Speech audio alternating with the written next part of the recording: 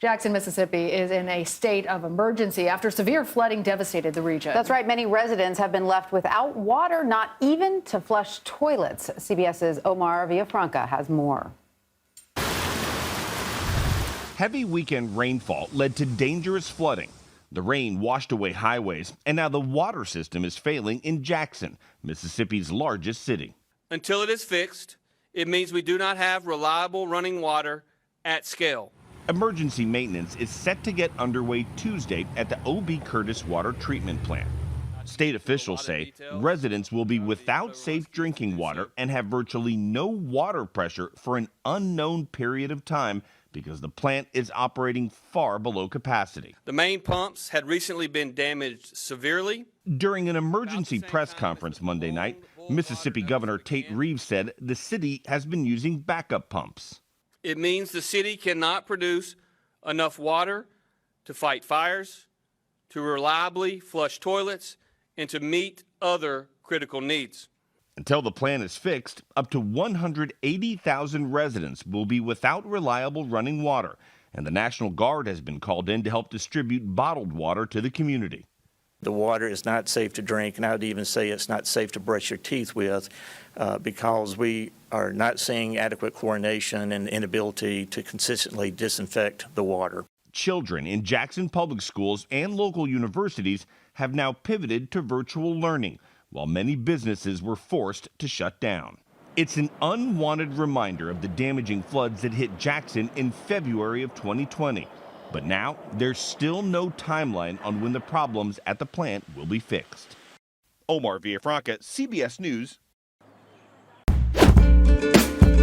As we talk about where Mr. Trump's head is at, Ben, I know you and our colleague Vaughn Hilliard are looking at some of his posts out today on Truth Social, out lately, and the former president seems to be in Q-ier territory than he's ever been before, right, as it relates to the posting of explicit QAnon-related materials. Tell us more about that and what that says to you. Yeah, so this is the first time ever he posted a Q drop, which is a post by Q itself from 4chan that has been aggregated onto another website. It looks like an endorsement. But here's the thing. I just want to make this clear. I doubt he even knows what this is. It's a bunch of gibberish about three-letter agencies and the FBI and all of his common enemies. So I would bet that he saw the letters FBI and, you know, who really has control. And he's like, ooh, this sounds good to me, and just retruthed it. And why do I think that? He shared 36 things this morning, not a joke, on Truth Social. They call them retruths on there. The guy is on one right now on that platform. He is going through an old-fashioned Donald Trump tweet storm on a much smaller platform that has the same amount of friction. It's very easy to share something on that platform. There's just not a ton to share because there's not a ton of people on there. So he posted an explicit Q post. It was the 11th Q post ever. It's back from October of 2017. If you went back 10 posts before that, the very first Q post, it was about him instituting martial law to take in Hillary Clinton and for everyone to be prepared and to get ready for a long fight and battle and all this stuff. So Q is mythology, Q is fan fiction, but of course Donald Trump likes it because it makes him the hero. But isn't Q mostly evaporated into other entities at this point, Ben? Yeah, look, there are some true believers out there that still believe he secretly runs the government and stuff like that. And they are still out there in their own forms. But most Q people have divided off. A lot of militias tried to recruit them. People like the Proud Boys tried to recruit them. And they did successfully over the last few years. Some just dissipated into... Now, the Prime Minister of Iraq, Mustafa al-Kadhimi, has called for calm after clashes in Baghdad's highly protected Green Zone, in which at least 20 people have been killed. That's after supporters of the powerful Shia cleric Muqtada al-Sadr stormed the presidential palace, reacting to his announcement that he is withdrawing from politics. Azadeh Moshiri reports. The sound of machine guns and explosions ring out.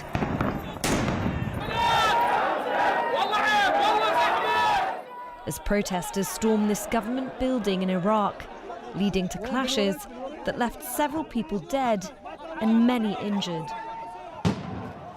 It's the worst fighting the capital has seen in years, as fights broke out between rival Shia militias as well as the police. And it all started after the Shia cleric Muqtada al-Sadr said he's resigning from politics.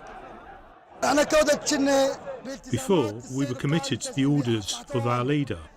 Now, our master took his hand away from us. He withdrew from politics. He is letting the people take the lead. The powerful cleric said he was resigning in response to other Shia leaders' failure to reform what he called a corrupt government. For his supporters, this was a call to arms. They include a heavily armed militia pushing back against rival Shia groups aligned with Iran. They charged through Baghdad's streets, eventually breaking into this government building, known as the Republican Palace. And they even took a swim in this government pool. Even outside of Baghdad, supporters burnt tires and rode through smoke in southern provinces. But before these clashes, Iraq was already at a standstill. Despite Muqtada al-Sadr's political alliance winning the most seats in last year's election, politicians were unable to form a government, leading to a total deadlock. So his supporters camped outside Parliament for weeks. The people are sick of political parties and this situation. They're sick of not having any services or right living conditions, and no water or electricity. Everything is deteriorating. According to state news agencies, Muqtada al-Sadr has announced a hunger strike until all sides put down their weapons. And for the country as a whole, this latest violence is yet another setback after struggling to recover from decades of war and corruption. Azadeh Moshiri, BBC News.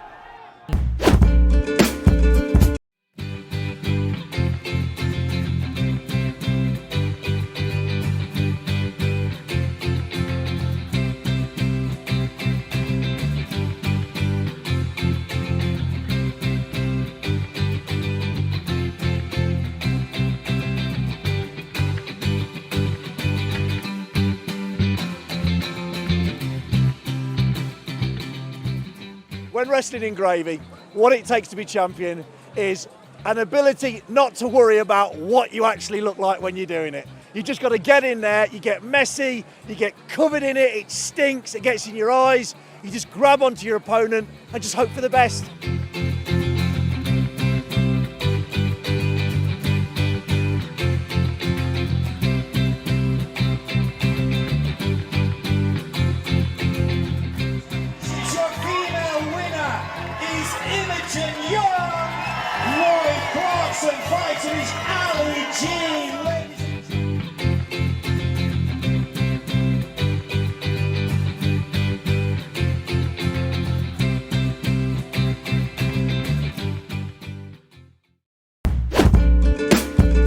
FBI agent is facing accusations of political bias. Now, no longer working at the FBI, apparently. This is unbelievable. Timothy Tebow resigning just as Republican lawmakers were zeroing in on allegations he tried to interfere with the Hunter Biden laptop investigation successfully, we could add. And Kevin Cork joins us live to tell us the latest. Good morning, Kevin.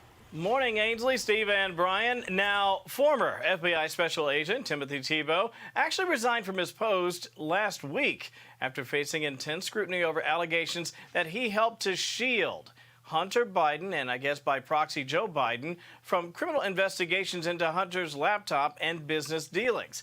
The 25-year Bureau veteran leaving the field office last Friday, having already been on leave for a month, after whistleblower claims that the FBI had obstructed its own investigation into the laptop. Tebow's exit, by the way, also comes as GOP lawmakers are demanding that Facebook hand over the company's communications on Hunter Biden, which have gotten a lot of attention since Mark Zuckerberg said this about his company's contact with the feds just before the 2020 election. The FBI, I think, basically came to us, some folks on our team, and was like, hey, just so you know, like, you should be on high alert. There was we thought that there was a lot of Russian propaganda in the 2016 election. We have it on notice that basically there's about to be some kind of dump of that's similar to that. So just be vigilant. So be vigilant, says Mark Zuckerberg. But in their letter to the social media giant, GOP senators wrote in part, quote, "The American people deserve to know whether the FBI used Facebook or other social media companies as part of their alleged plan to discredit information about Hunter. Now, you'll recall the Hunter Biden laptop story really wasn't so much about Hunter's lifestyle as it was about possible influence peddling and pay-for-play allegations involving then 2020 presidential candidate Joe Biden. Now, this is all happening as Jeremy Bash, an ex-Intel official and TV pundit who falsely claimed that the laptop could be Russian disinformation, has been appointed to a White House board that offers Intel advice. You probably know this too. Bash actually signed on to that now infamous pre-election letter, along with 50 other Intel officials casting doubt on the authenticity of the laptop. Guys? All right, Kevin, thank you very much. I'm Steve Doocy. I'm Brian Kilmeade. And I'm Ainsley Earhart. And click here to subscribe to the Fox News YouTube page to catch our hottest interviews and most compelling analysis. And this just into NBC News. Retiring Secret Service Assistant Director TonyOrnato tells NBC News that he will cooperate with the January 6th committee. Joining me now is Chief White House Correspondent Peter Alexander. Peter, we heard a lot about TonyOrnato from Cassidy Hutchinson. Just remind us who he is and what this could mean. So TonyOrnato, first of all, was in a very unique position. He formerly worked as a Secret Service agent, leading the detail for President Trump before flipping to the political side, going to work for the president himself as his operations director at the White House, ultimately returning to the Secret Service. But no Secret Service agent had done such a thing, which raised a lot of questions. And again, his name was invoked by Cassidy Hutchinson when she testified before the January 6th committee. She said that TonyOrnato told her about an experience that another agent had, Bobby Engel, inside the presidential SUV, or we should say, the SUV on January 6th, where the president became furious, demanded that the agents take him up to the Capitol on that day, that they refused to do it. She said that she was told that the president lunged for the steering wheel and grabbed an agent by the neck. And while there's been some disputing of that, no one in the Secret Service has disputed that President Trump was furious in that SUV that day and demanded going to the Hill. So the reason that this is all notable is because we've now learned that TonyOrnato is retiring after more than 25 years with the service. He texted me that he's going to be pursuing a job in the private sector, which we don't know if that would be with Mr. Trump, but at this point, no indication that that is the case. And I just spoke to him via text again a couple of moments ago, and I asked him whether, in fact, he would be communicating with the January 6th committee going forward. He says he still plans to cooperate, would not say if he's been interviewed by them since Hutchinson testified, even though the department said that he would be readily available to do so at any time. He also says he's prepared to testify before the Department of Homeland Security's investigators as well, but that no date, including the 31st, which had been reported, has been agreed to.